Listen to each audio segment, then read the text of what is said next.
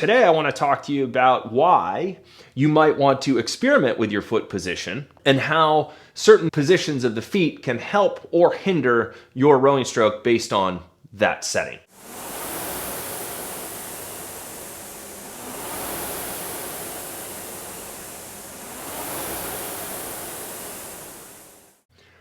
A common question a lot of rowers have is, how should I set my feet on the rowing machine? And the general answer, which is a good one to start, is that when we set our feet into the rowing machine, we want the straps to be across the widest part of our foot. And in doing so, that allows decent movement and free movement of the heel. It also allows the proper height of your heel and your foot as it relates to the rest of your body in the rowing stroke. There are 3 connection points on the rowing machine, and those are the seat, the feet, and the handle.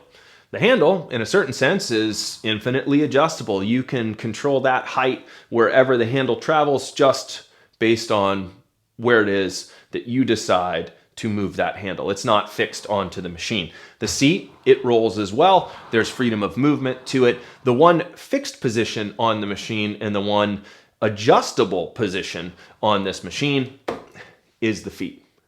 So with this position here, which I feel very comfortable in, that allows me to take strokes that are nice and horizontal. It allows me to move freely into the front end, nice and long through the front end of the rowing stroke. It allows me to sit up and sit forward. And in doing so, I can stay sitting up, sitting forward as the knees rise to meet me. My legs rise up to meet my chest. So for me, this is a great position. Just happens that across the widest part of my foot, good setting for me. For other people, that might not be the case. Everybody has different size feet, different length shins, different femurs, different torsos. Everybody's built differently. And since this is the one adjustable component on the rowing machine, we should pay attention to how we are set. Let's talk about when the feet are set too high or the feet are set too low. So if we go from this position and I grab the tongue here and I raise all the way up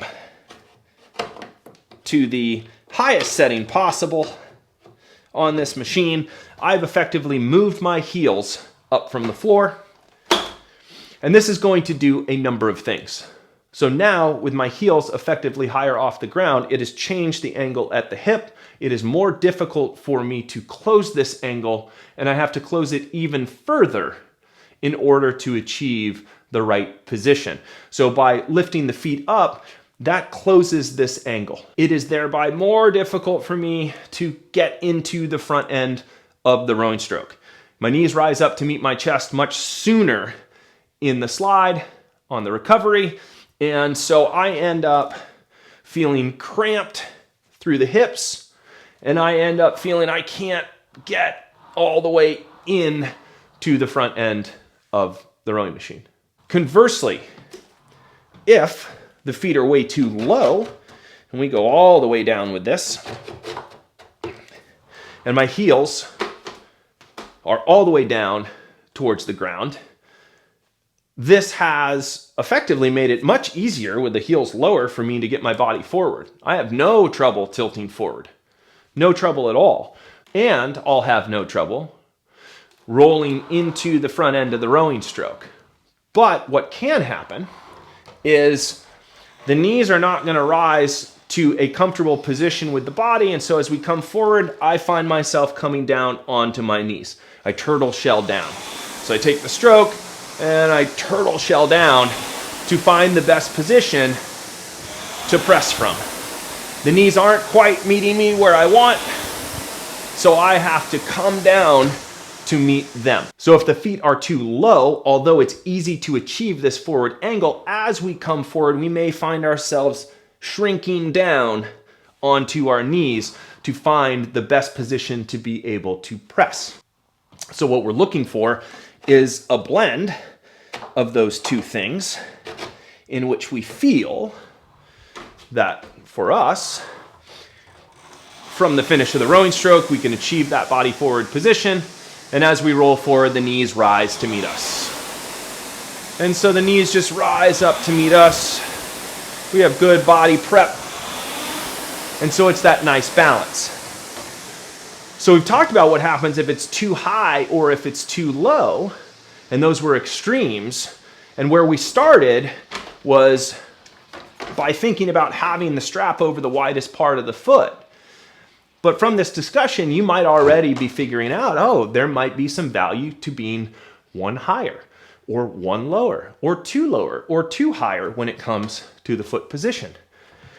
It really depends on what you're looking to achieve. So if we start out at the widest part of our foot and we come forward and we feel that the knees aren't rising to meet us, we feel we're coming forward and having to sink down onto our knees, then you could benefit from raising your foot position one or maybe even two clicks.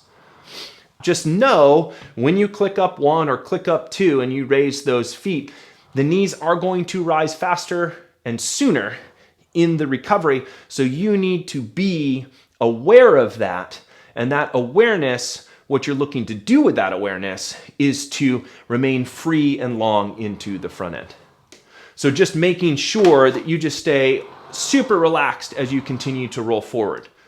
The knees are going to rise up. You're going to feel compression. You're going to feel that your body's compressing earlier on. So just maintain that freedom that allows you to continue to roll through the front end and be in the best position to press with the knees rising to the chest, shoulders relaxed, sternum up. And now you're in this great position to be able to take that catch and press out.